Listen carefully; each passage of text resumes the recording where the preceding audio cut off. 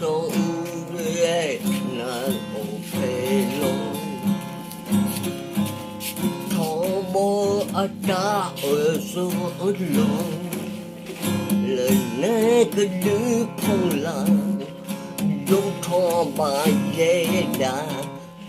vì tôi biết sợ ghi nàng bỏ ra cái quay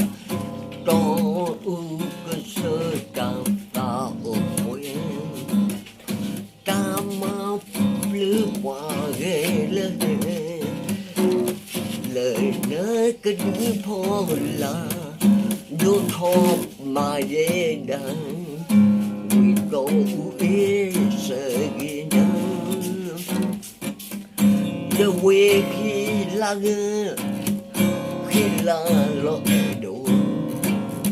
giờ sẽ ghi sẽ ngoài na là ta á vậy nên qua phụ na ngô trên là mới thông bộ về tôi biết sợ na tôi cứ sợ cảm ta ở quê ta mang văn blue qua gà lời lời nói cái đứa phong lang đôi thọ bà dễ đàn quê tôi sợ ghi nan tôi cứ sợ tạm ta ở quê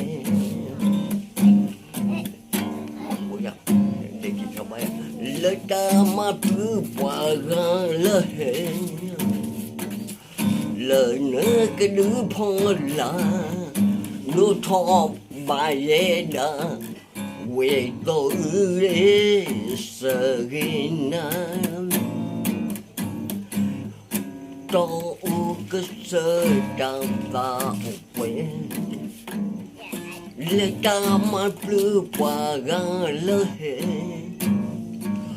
là nơi cái đứa phô là đôi thọ bà dễ đàn quê tôi để sự nan mẹ bà bậy à bậy à cái gì nè Balihat. apa Lamboja. Lamboja. tema hello bùi là lại rất kìa tên mình là cô mình cho cô mấy à cho cô nó đã bút đầu nó về cho được cái về linh nhang này chả ná là đã bút đầu nó khá lo về August về đứt gì thế này là ba nó về hạt chữ được khó được đó là gì ba chữ hồ khó hồ cái mà nó về linh nhang này kêu vào nhau là chả ná là tỏ gì tỏ mò tỏ là nó mi ba nó khó là mấy đợt này ta ép khô mà nó ta ép khô là về August là về khó pro là bà ông gì về đứa gì thế này là về cái đó cái chả mà đâu có đâu nó về đó thì mình cóว่าถ้าสาวีเด้อvề đó xin nó bảo là ta thực pháp thế đâu có đâu nóจะมันละถึง xin nó bảo là ta thực pháp nó mà về cái bữa là ta kita batu chu kle tab lo ko de đâu có đâu